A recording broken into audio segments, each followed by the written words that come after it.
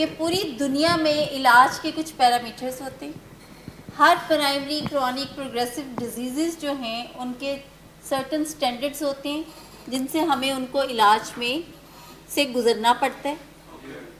علاج کو جب تک آپ سزا سمجھتے رہیں گے، خواہ وہ 2 دن کی بھی ہو، جیسے عثمان صاحب کو اگر ایک پروٹوکول میں رکھا ایک اٹینڈنٹ کے ساتھ جس کی ریزنز ان کو ان کی فیملی کو ہم نے بتائی گئیں، مگر انہوں نے اس کو پنشمنٹ اور آئسولیشن اور زبردستی، زور زبردستی، بڑا کچھ کا نام دیا. جب تک ہمیں ڈیزیز کنسیپٹ نہیں ہوگا نا کہ بیماری کیا ہے، بیماری کی ٹریٹمنٹ کیا ہے اور ڈیلنگ کیا ہے اور مینجمنٹ کیا ہے، تب تک ہم کوئی بھی ڈیبیٹ کریں گے، خواہ 30 دن کی بھی، 50 کی، 100 کی، وہ یوز لیس ہے. ٹھیک، کسی بھی چیز کو ایکسیپٹ کرنے کے لیے اس کا پہلے ڈیزیز کانسیپٹ کو سمجھنے کے. اس کے علاوہ بھی فیملی میٹنگز کے علاوہ بھی میں آپ کو بتاؤں کہ جہاں پہ مفروضے آ جاتے ہیں، جہاں پہ ازمپشنز آ جاتی ہیں، وہاں پہ آپ کا ٹریٹمنٹ رسک میں چلا جاتا ہے. کبھی بھی کوئی بھی چیز جو کہ خاص طور پہ سائنٹیفیکلی اسٹیبلشڈ ہو، پروون ہو، اور ہم اس کو سائنٹیفیکلی لے کے چل رہے ہوں، ڈیز پہ ڈیوائیڈڈ ہو، اور اس کے اندر آپ کی نہ صرف فزیکل ہیلتھ انوالو ہو بلکہ آپ کی مینٹل ہیلتھ بھی انوالو ہو، آپ کے سٹیکس ہائی ہوں، آپ کی فیملی کی ریٹ اسٹیبلش ہو رہی ہو، وہاں پہ کبھی ازمپشن پہ نہیں چلنا چاہیے.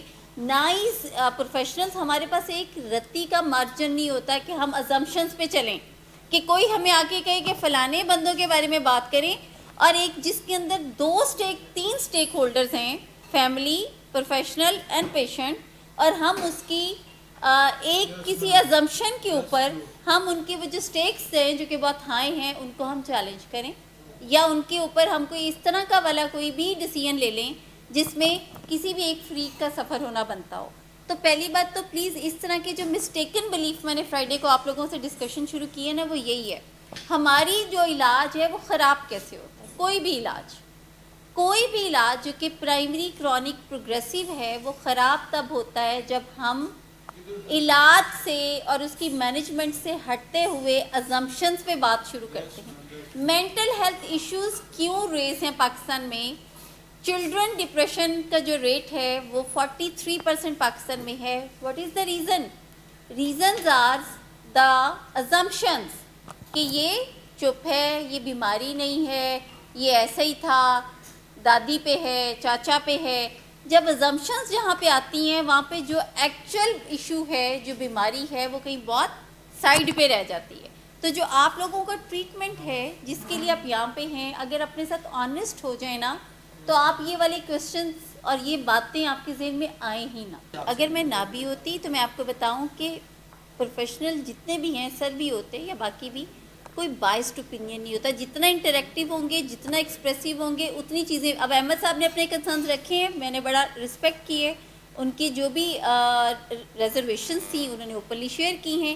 اس کے جواب میں میں ایک ہی بات آپ لوگوں کو کہوں گی کہ پلیز ازمپشنز نہ کیا کریں.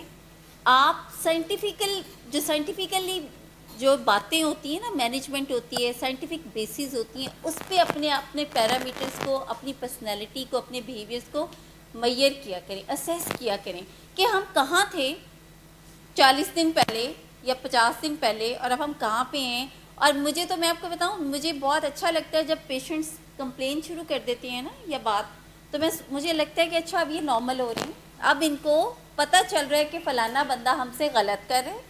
یہ ہونا نہیں. جب آبجیکشن آنی شروع ہو جائیں تو سمجھے they are coming back to the normal routine.